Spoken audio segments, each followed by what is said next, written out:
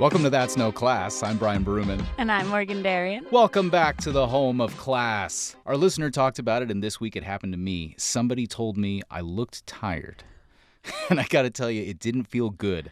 I thought I was looking good, honestly. I was like, oh man, today is the day I look good and I'm going to get a compliment. Instead, I was told I looked tired. Not a good feeling. Oh, no. Don't do it, everybody. Sorry, bud. But kind of in that same vein, people on TikTok talking about our mini debate we had over compliments on that same episode 18. Okay. Should you give them? So one person on TikTok saying, give compliments on things they've curated, not things that are out of their control. I like that. I like that. I can concur with that. I agree. But then another person says, just don't say anything to anyone. They'll get offended. Just don't talk at all. Yeah. See both sides. I do. You see both sides. Yeah.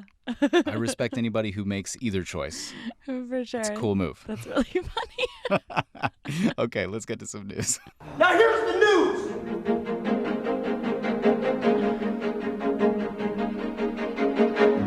All right, this week, SpaceX had a launch that was a pretty big deal, and you've probably heard already that the rocket took off, and then it blew up in the air, and all the headlines, including mine that I wrote for work, basically said, because I had to, SpaceX launch ends in explosion, and stuff like that, which is true, Okay. but it also doesn't tell the whole story of why it's still a big deal. And on top of that, there was a lot of commentary that I was seeing, wondering why on SpaceX's live feed of the whole thing from SpaceX headquarters, as the rocket exploded, the whole staff was cheering and like popping champagne and going crazy and like as if everything worked out perfectly. So I'm going to break this down a little bit because I think there's some confusion and I just want to clear the air here. So SpaceX has launched hundreds of rockets at this point, mostly satellites and a few crewed missions into the orbit and to the International Space Station. But this new rocket is for something called Starship, and it's really a big deal because it's the first thing that NASA wants to use to take us back to the moon.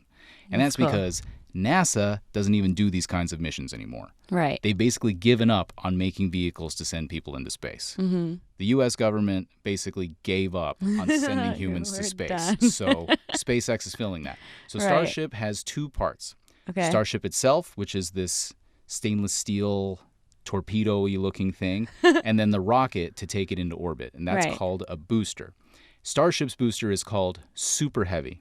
And it's for a good reason. It's the most powerful rocket ever made, including all the rockets made by NASA. Wow. And before this week, Super Heavy had literally never lifted off the ground before. Oh, cool. It's made of 33 individual rocket engines that are all connected, and they hadn't even ever been fired all at the same time to get off the ground. Dang, They'd just been turned on, let them burn. So that's how untested this thing is. Yeah. It's like totally new. Yeah. So, yeah, this thing freaking launched. I watched the whole thing in real time at work.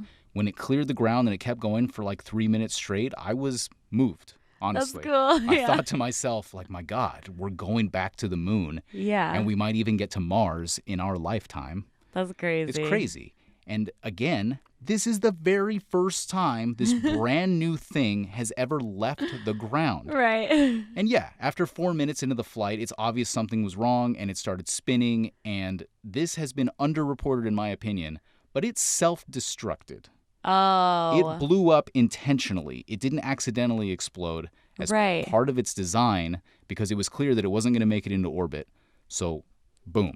That makes sense because why wouldn't they, design that into it? Because what if it swirls out and then it lands in one of our states? Yeah, goes off course and that crashes makes into a total city. sense. You would never want that. So they blew it up, basically, or built in a design feature into it so that it would blow up. That makes sense. That's but, cool. you know, the whole staff at SpaceX, they don't care. No. Rightly so, because it's the very first launch. It launched. It launched. It's a win. It's a huge win. That makes sense. It took SpaceX's very first rocket 4 attempts to actually make it into orbit. Oh, that's crazy. Okay. Yeah. And today, that rocket and others, they've already made a total of 221 successful launches. That's cool. And re-landings. Wow. Reusable stuff. That's wild. They learn, and they learn quickly, and they improve quickly. I feel like people watch too many movies and shows, so they're like, yeah, this is like, they think it's just like easy to do these things. Totally. And it's like, no, this is a cool thing. This is a a crazy big thing. deal. And like, as a mechanic, it's not easy to build engines and to make vehicles and to get them to work. Yeah. So, like, I have a different perspective on this. But yeah, like you're saying, a lot of people are like, oh, it failed. Yeah. They're trying something completely insane. Yeah. So, but I do love a good joke, and I love making fun of failure just like anybody else does. But what they're trying over there is literally revolutionary, and they're going to succeed. That's really cool. Just watch. That's cool. It's going to happen. That'll be fun to witness. Yes. It'll be exciting. I love it. Okay, cool. Okay, what do you got? My news story this week was posted by The Guardian, in which we discovered that parrot owners across the land have been teaching their birds how to video call each other using a touchscreen tablet so they can connect with a friend and not be so lonely. Oh, my God. And now the parrots actually seek it out. They're loving it. Scientists said that these parrots are showing less signs of feeling isolated. They began to display social behaviors that were missing, like preening and napping together. Interesting. So cute. And they were also given a choice of which friend they would want to call. And the article says that isolation and boredom leads to psychological problems that display as rocking, pacing, and feather plucking. But when they called each other, this behavior went away, and they reverted to how they would act in the wild with each other. No way. They would sing to each other, play, nap, preen, and some would show each other their toys. That's so cool. It's so cute and so sad, too. So sad. Like, God, it's these poor birds. cool, but yeah, like, oh no. Oh, no. Like, I mean, they don't have their friends. No, it sounds like SeaWorld. It sounds like you've got orcas, you've got incredibly intelligent, like emotional creatures being trapped in a cage their entire life. So sad. So sad. Like, I loved hearing about it, and I'm like, yay, a good way for them to connect. Because obviously these ones probably couldn't go back into the wild, so at least they're making friends. But now I'm like, ooh, maybe we shouldn't own parrots. Especially if they're that connected to each other. Like, that's so horrible. I could never do it.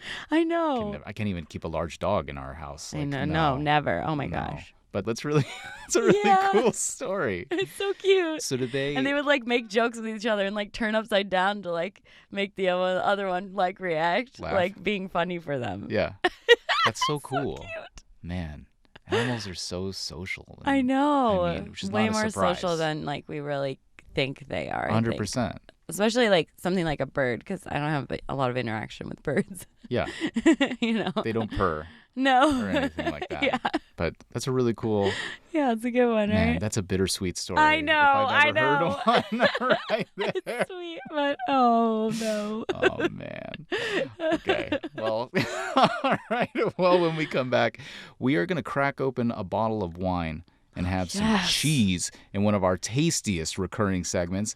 And then we have what might be the most exclusive interview in the history of the world. And I don't think that that's an exaggeration. You thought it was a big deal when Mark Maron got Obama? Yeah. Nah, wait till you see who we've got. Thanks so much for being here. We will be right back.